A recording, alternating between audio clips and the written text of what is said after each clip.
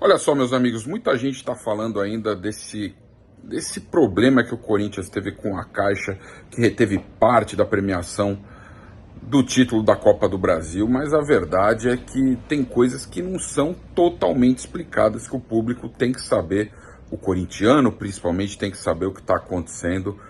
A verdade é que esse acordo com a Caixa já foi feito lá em meados de 2020, porque o Corinthians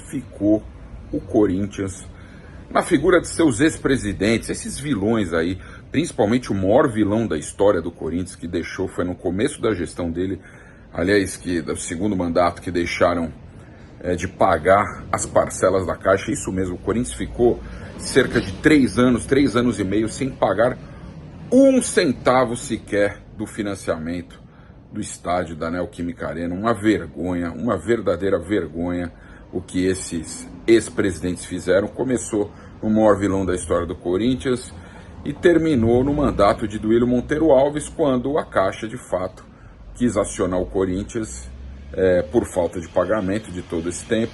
E chegou-se, sim, a um acordo em 2020, meados de 2020 aí, chegaram num acordo com a Caixa para que não que tivesse uma ação pior, né? E fizeram um acordo, e nesse acordo tem várias cláusulas que retinham dinheiro que entrasse no Corinthians, entre eles as premiações de títulos importantes, como esse da Copa do Brasil. Mas o curioso de tudo é que muitos conselheiros, são 300, né? Uma porrada de conselheiro, muito mais do que deveria ter, muitos se colocam de desavisados aí, mas a grande realidade dos fatos é que todos sabiam.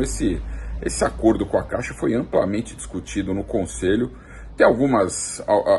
Tem pessoas que dizem não ter lido o contrato, mas as coisas da renovação e transparência eram tão transparentes que nem contrato colocavam à disposição dos conselheiros. Mas a verdade é que esse acordo foi discutido, sim, amplamente pelo Conselho, pelos conselheiros. Então, os que colocam de desavisados nesse momento agora, que está tomando um pau atrás do outro, são ou eles vivem em Nárnia, ou eles estão mentindo para o público, porque todos sabiam dessa negociação com a Caixa, dessa repactuação, dessa dívida de todo esse tempo que ficou sem pagar.